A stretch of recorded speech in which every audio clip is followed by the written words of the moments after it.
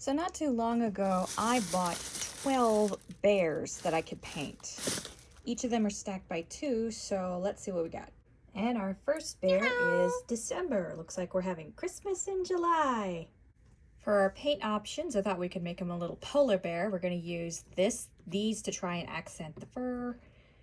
These are all for the ribbons and banner, and these are just a few options for something a little extra. So, let's see how he turns out. Thought about painting him all white at first, but then I realized he's kind of already that color and he's clean. Ew. And I am going to be using a resin when I'm done anyway, so I'm just going to dry brush in the extremities because that's what real polar bears, they have little brown on the extremities. Now, those of you who already know what a polar bear is supposed to look like, you're like, they're white, not brown. What are you doing with the brown? And I'm like, well, I want to add that little bit of yellow that is sometimes in their extremities, especially ones that live further south than the actual pole. Oh, and it looks like so far this is working. Look how cute he is already. Hello. Of course, anyone who has actually painted before will realize the dangers of jumping into dry brushing like I just did. You can't go back to the last color you used to fill in any mistakes, so I have to be super careful. Oops. Right, time for the blue. Blue? Not blue. Polar bears aren't blue. What are you thinking? Calm down. When polar bear, snow bear, and snow shadows just happen to be blue. But rather than use it for shadows, I thought I'd use it for highlights. Because then it looks kind of like he's frosty. The only problem here is I gotta dry brush all of that for that to work.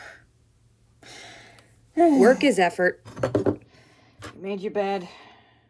Now lie in it. Dab it out or dry brushing doesn't work.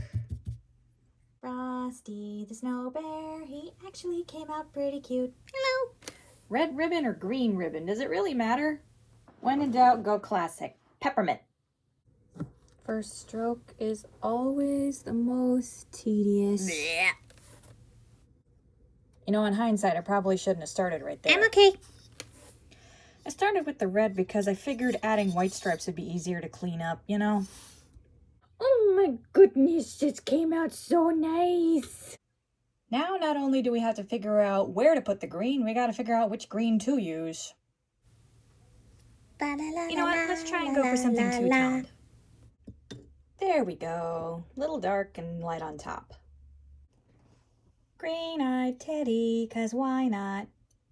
I don't usually go back on colors, but for this and what I'm intending, I'm going to have to break out the never-before-used, brand spanking new Teeny Tiny brush. Yo. My hands are going to have to be as steady as they've ever been for this. And of course we can't forget those eye shines. It was only at this moment I realized I was off camera. Bloop. Ah. Well, that's the basic paint. Now for the fun stuff. Admit it, y'all thought I was gonna do his nose, didn't ya? Dill beans. Okay, and done. Ta-da! Look at this adorableness. Look at it. Look at it. Look at it. Like and follow if you want to see the rest. I'll be doing a whole series of these. I got 11 more.